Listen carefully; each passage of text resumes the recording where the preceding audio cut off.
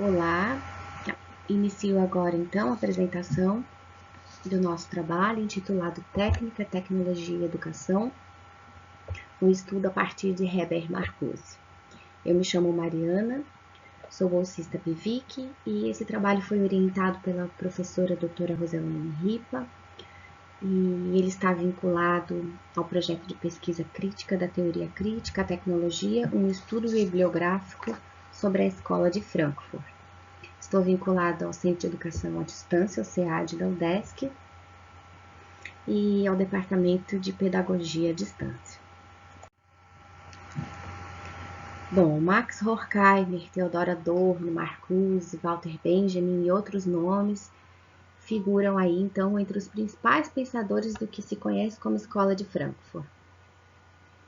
E tem uma data muito específica, que é 3 de fevereiro de 1923, que é a data de inauguração do Instituto de Pesquisa Social, criado por esses pensadores, ligado à Universidade de Frankfurt, que acaba sendo a data emblemática, que acaba inaugurando o que eles chamam de Escola de Frankfurt, né?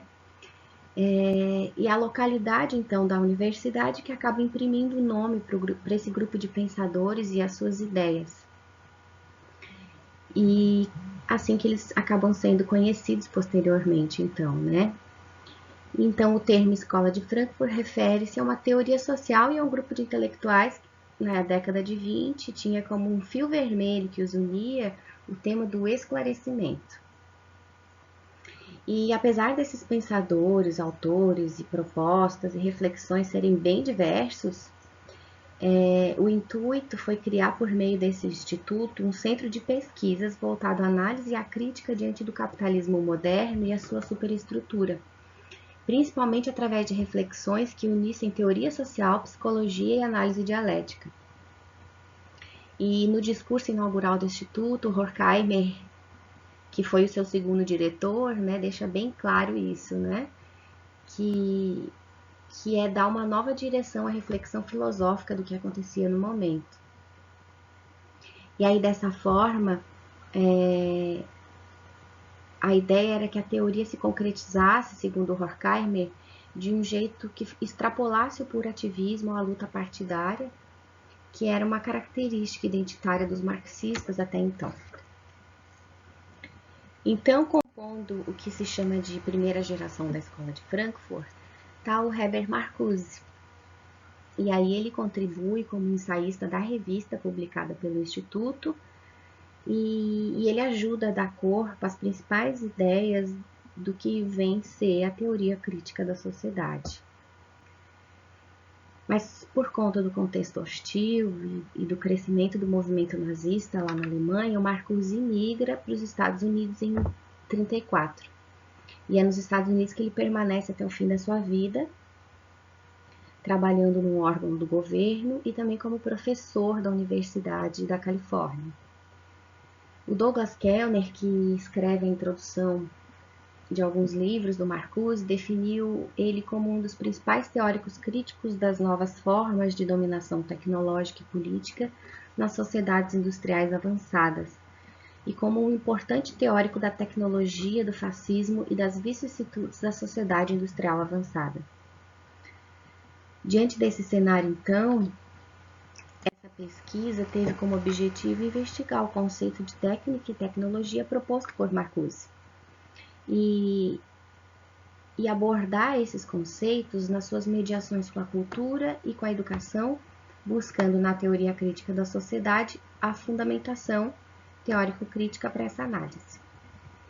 E aí buscamos então refletir sobre essas condições impostas pelo capitalismo tardio para compreender as relações entre a fetichização da técnica, as condições de produção da cultura determinadas pela lógica da mercadoria e o processo formativo do indivíduo.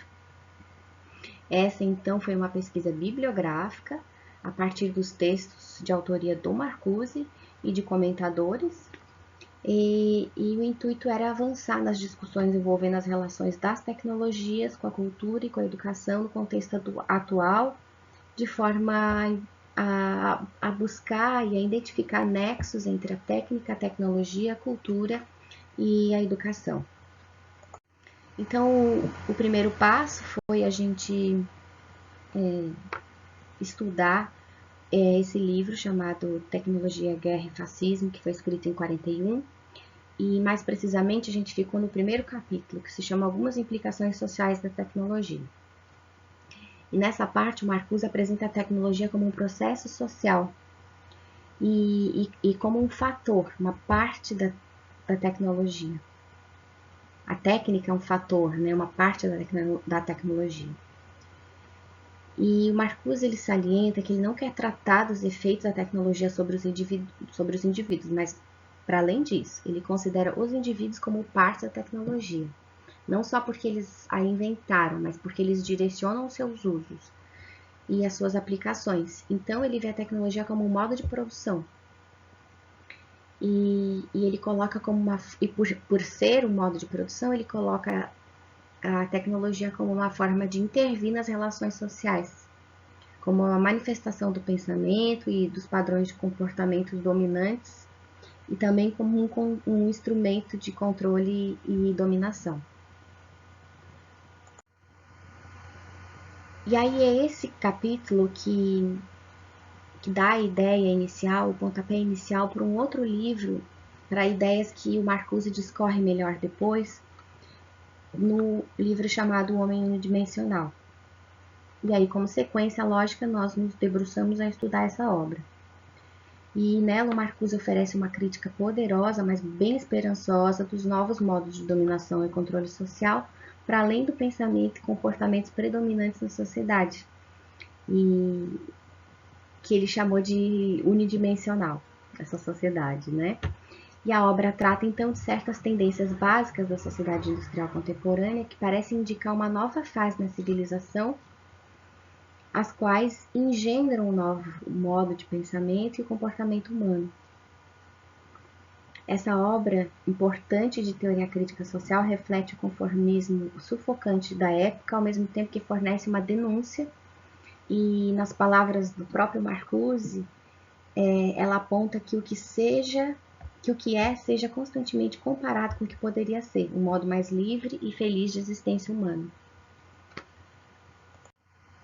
Então, por fim, o uso intensivo, aliás, de tecnologias que a gente vê na sociedade atual se coloca como uma importante análise para a educação em face à sociedade administrada e à razão tecnológica.